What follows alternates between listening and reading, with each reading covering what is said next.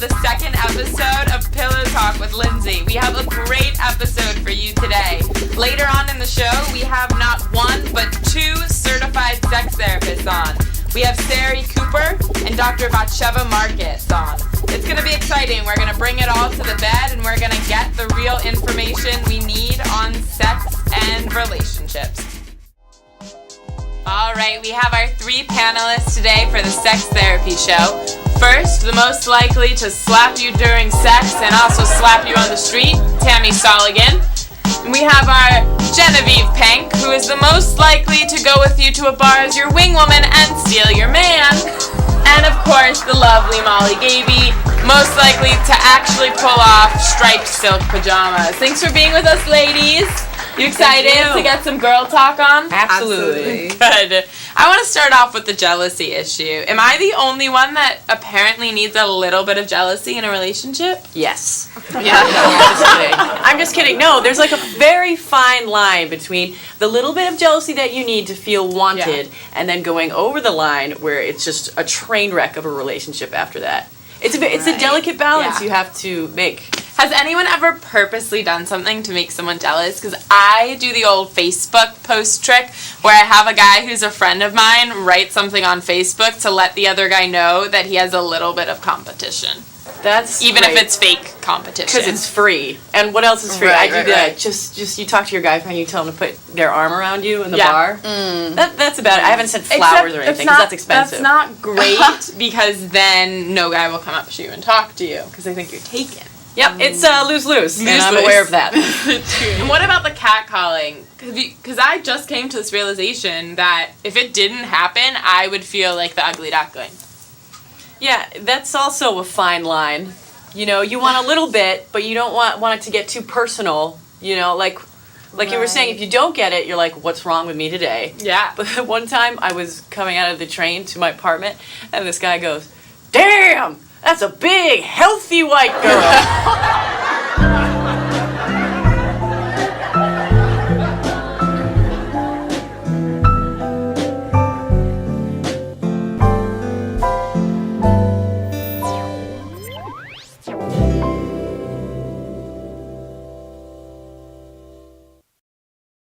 There was an article I read like a couple of months ago. I think it was in the Times, but it was really interesting to me, and it kind of made the whole idea of like a first date. It like made everything okay after that, which was that it said basically like first dates, if let's say both people after the first date say that they would never go out on a date with that person again because you're nervous or whatever, and it just didn't work out. If those people were pushed by an outside force, like a friend or whatever, to go on a second date, that 80% of those people changed their mind about how they felt about the person. Because the first date's like you're nervous, you know, you don't know what to expect, you're probably not putting your best foot forward. Totally. And also, the more you get to know somebody, like physical attraction is one thing, and maybe you don't have that initial spark, but the more you get to know somebody, the more you know their personality, the more attractive they become. So if you give them another chance, then chances are, you know. I always encourage my friends to go on second dates with someone that they're not sure about. If you're for sure not attracted to the person, whatever, but you have to give someone a chance to open up to you and be themselves, because not everyone has the ability to do that on a first date. Definitely.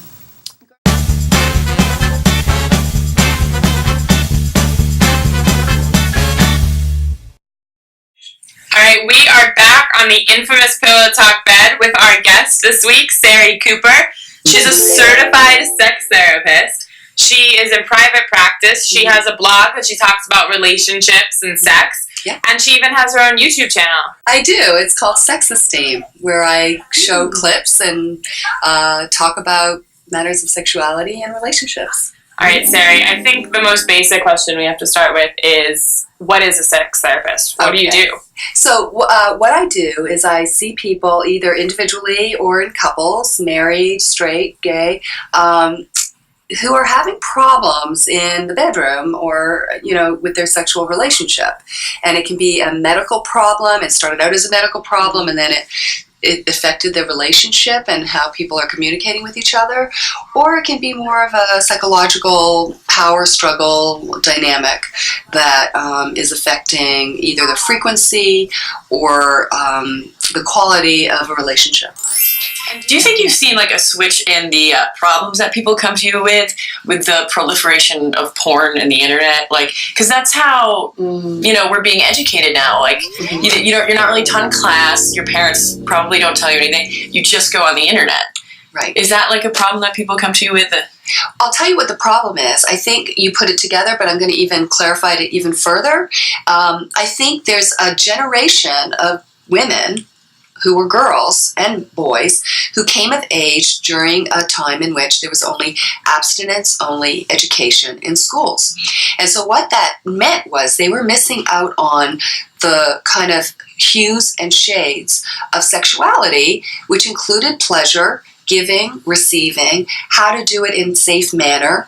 They were just, they weren't told about condoms. So there was like huge gaps of, real education. Mm-hmm. And at the same time, the advent of the internet and porn being cheap, accessible, private, and so fun.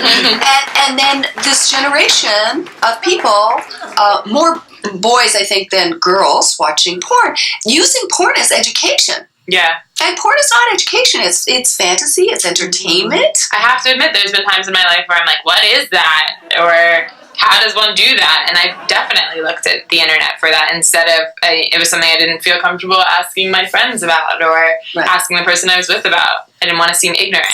Right. What is a healthy amount of sex to be having a week with your partner? Well, you're asking really two questions. You're asking about health in terms of one's well-being. Sure. And you're also asking about frequency. Sure. Okay, so I'm going to answer them separately. Mm-hmm.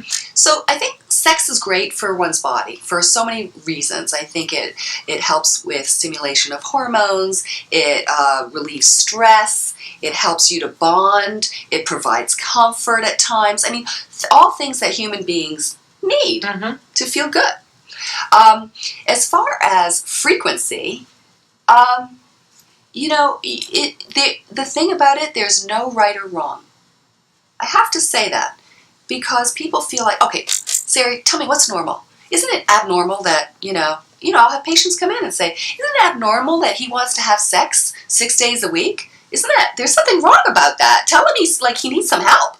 And, a guy will come in and go, she just wants to have sex once a week. What is wrong with her?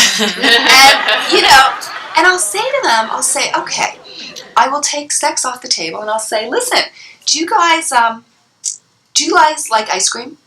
And they'll say, yeah, sure. I'll say, well, okay. So how many times a week do you like ice cream? How many times a week do you eat it?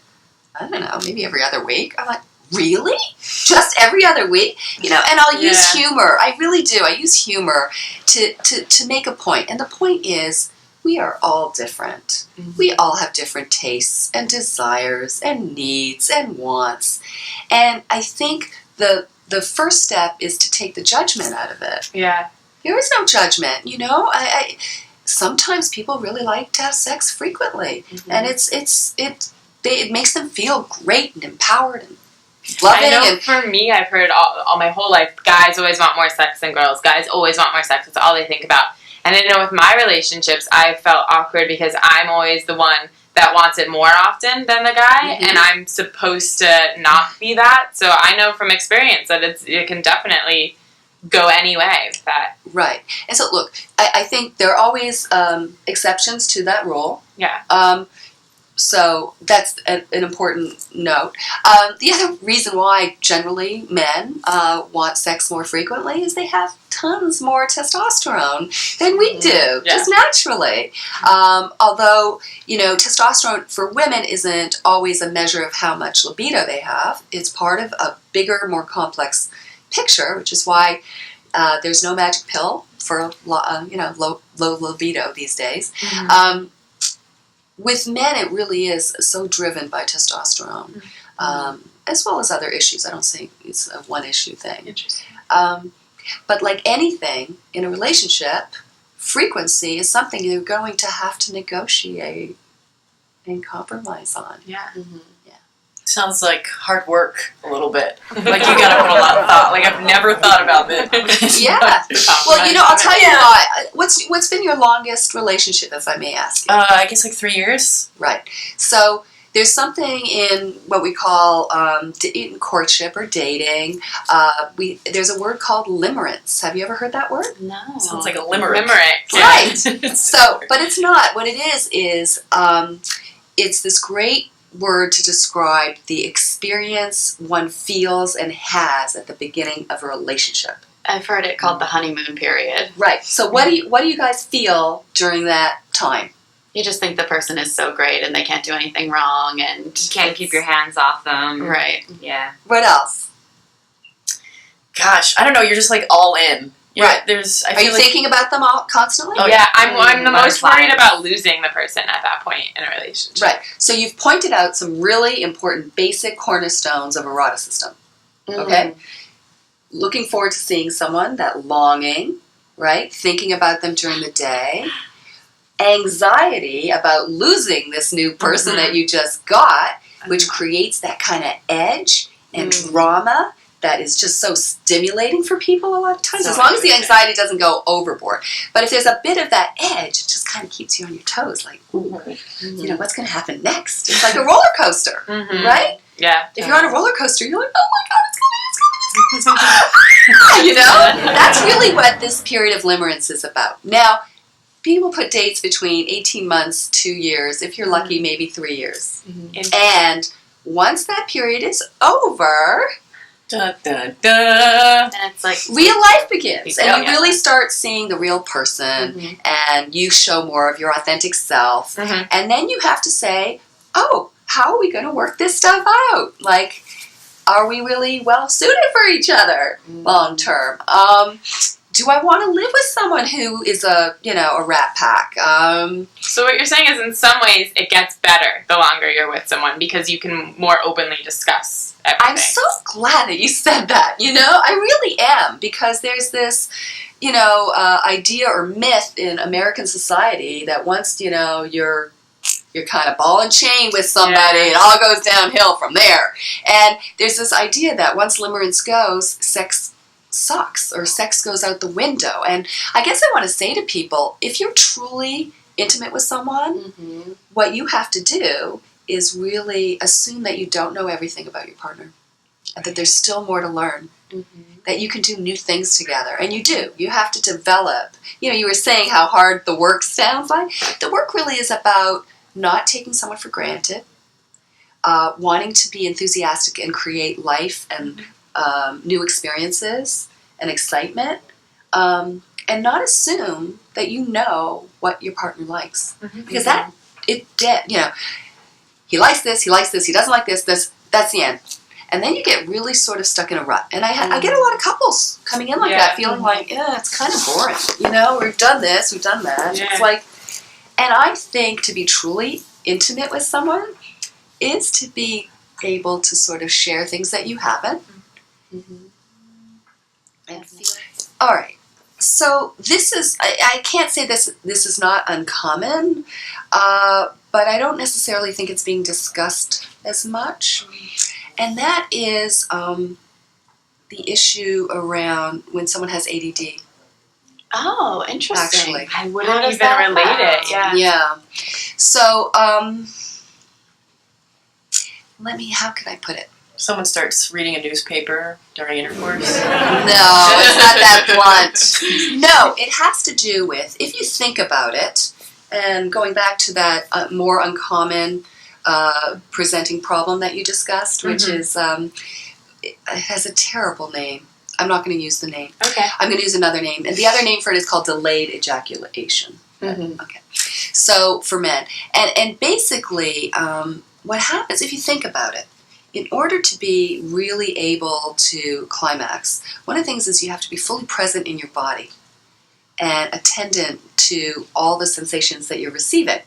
Now, at the beginning of a relationship, right, during that limerence period, your nerve endings are just like boom, boom, boom, boom. You're getting everything.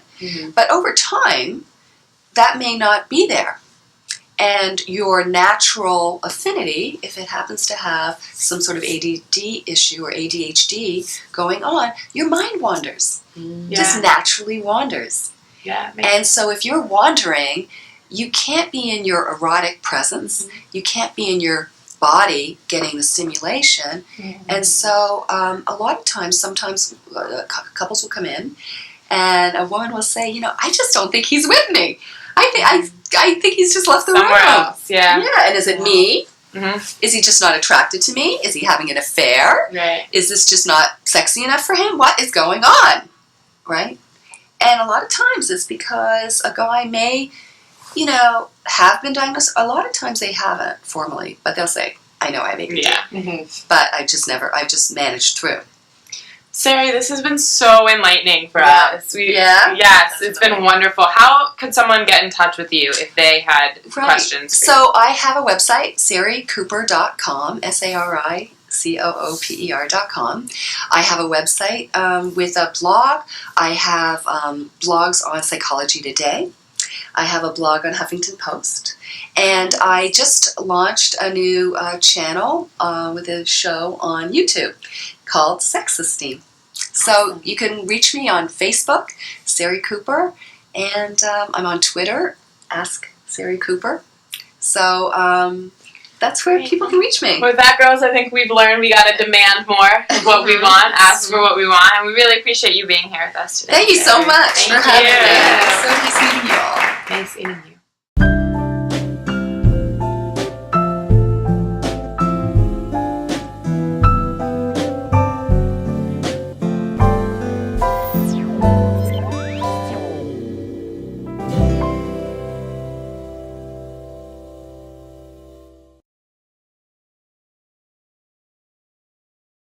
Dr. Batsheva Marcus visited us in the studio the other day, and the girls had such a good time talking to her that we decided why not visit her in her own element. So we came down to Purchase, New York today, and we are at the Medical Center for Female Sexuality with Dr. Batsheva Marcus. Thanks for letting us intrude on your day here. So nice to see you again. I know, it's a pleasure. But you're not in pajamas. I'm not, I'm in real people's clothes today. So I want to know so much about your background and how someone gets into this field. I think a lot of people get into this field in lots of different ways. A lot of people go sort of the typical sex therapy route.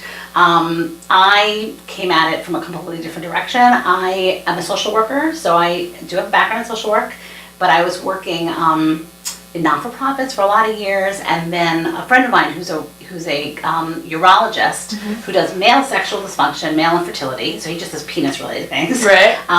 Called me up and said, would you come set up some labs for me?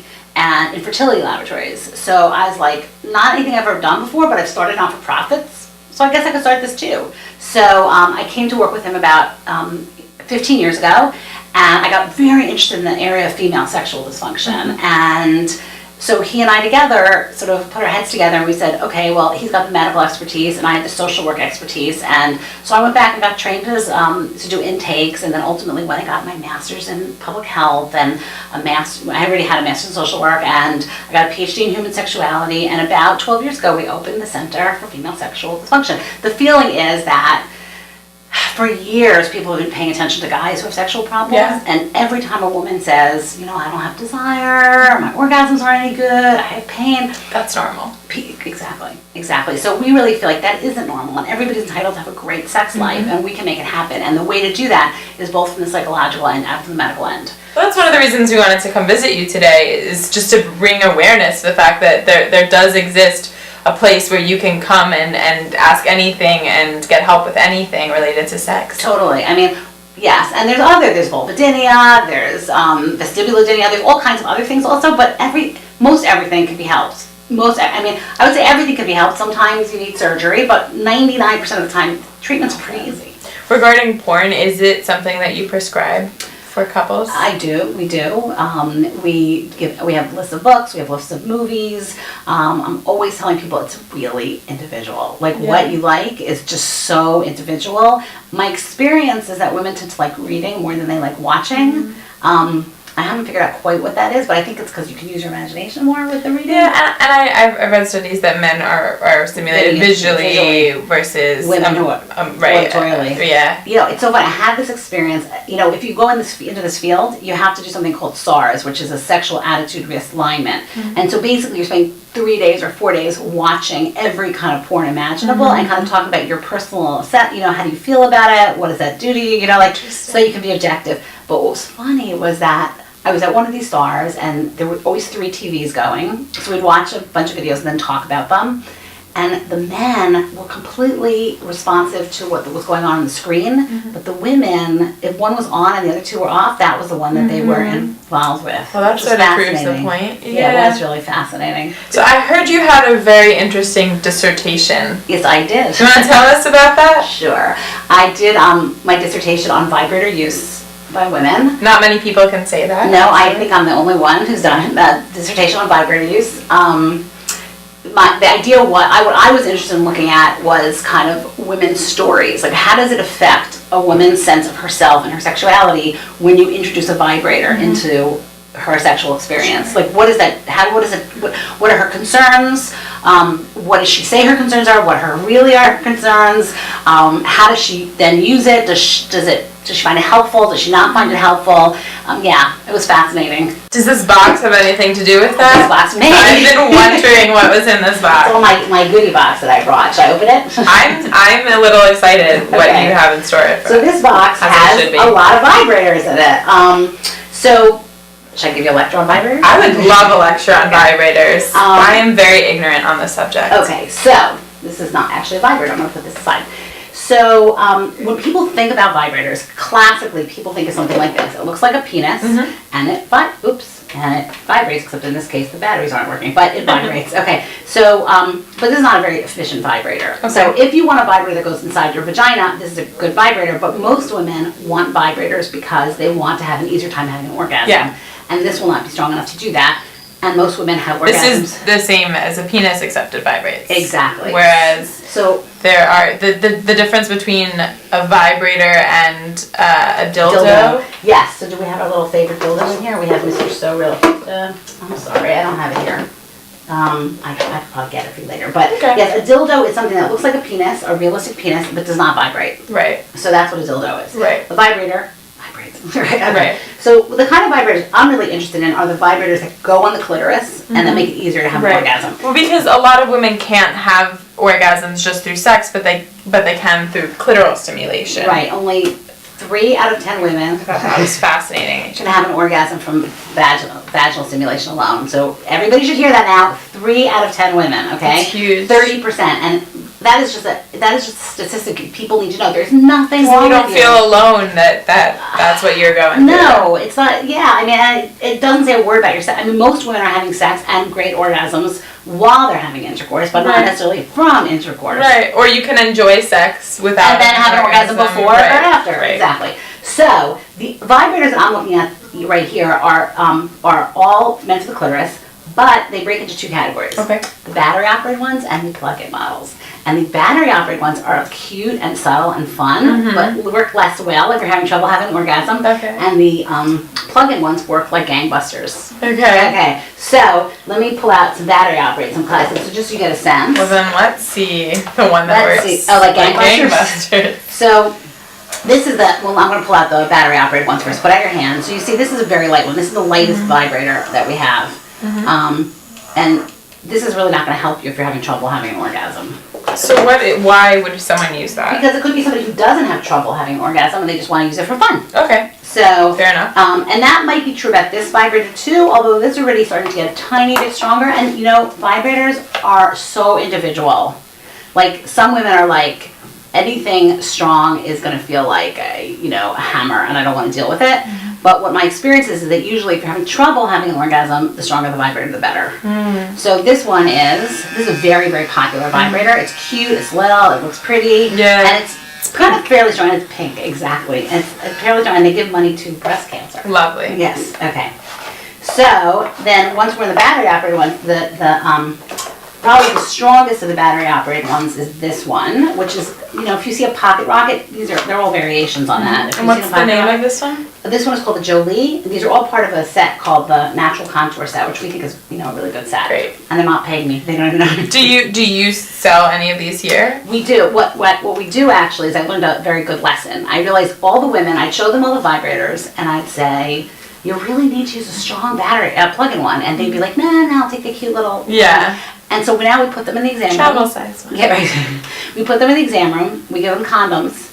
And they cover the vibrators and they try them here. And that's what I said, like, this is your opportunity. We're going to give you 7 vibrators. You're going to try them. We're not going to ask any questions. Yes, if you take, you don't know lock what the you door, did. exactly. Well, we know what you did. It's fine.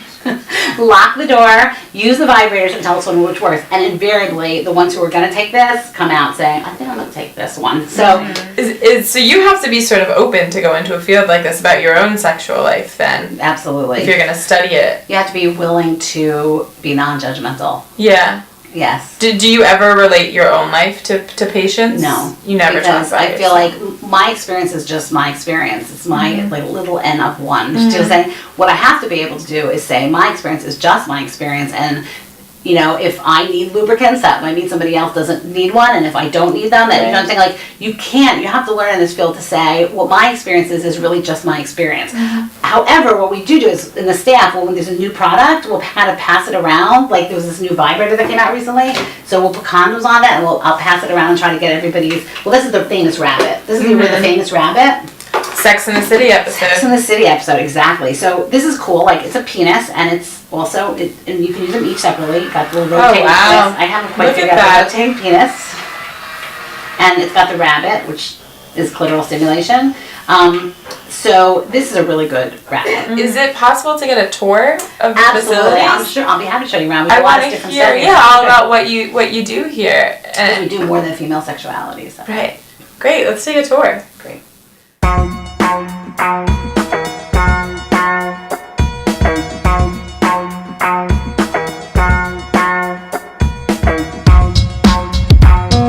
So here we are in our laboratory. One of the things we do here is we store the blood from babies' umbilical cords. So if you're going to have a baby, which I don't think you're thinking about, if you're going to have a baby, you might want to take the blood from the umbilical cord. But after the baby's born, whatever blood is left over, we can throw in the garbage. And what we're doing now is storing it into bags that get frozen. And if your child ever has a disease, a blood disease for sure, and now there's some other diseases, they can use that blood because it's very rich in stem cells. So when a patient first comes into you, what's the step that you take to introduce them to all of this? So what happens is they'll spend about 45 minutes with either me or another sex therapist, getting a history, getting to know who you are, what your sex life used to be like, what's going on now. And the second half of the appointment will be with a nurse practitioner or a PA right in here. Don't worry, guys, we're not going to show you my personal exam in here. So this is the infamous closet that I heard so much about. It's one of our closets. One of many closets, apparently. What's in here? Well, this closet right now has some kits for some studies that we're doing, because we also do studies on women's sexual health. It has vibrators. You can see some of the vibrators we talked about earlier. It has some dildos when I was looking for dildos. So we have dildos. And it has some videos. I'm looking actually to see, it has some videos. We were talking about porn earlier. That's kind of what the closet is. This is an adult's toy store. Yeah. Thank you so much for taking us on this tour today of the Medical Center for Female Sexuality, which I had no idea existed until you opened my eyes to it. So I'm so glad you came, and you can come back anytime you want. Oh, thank you so much. Of course. And maybe a free sample? Oh, absolutely. We're going.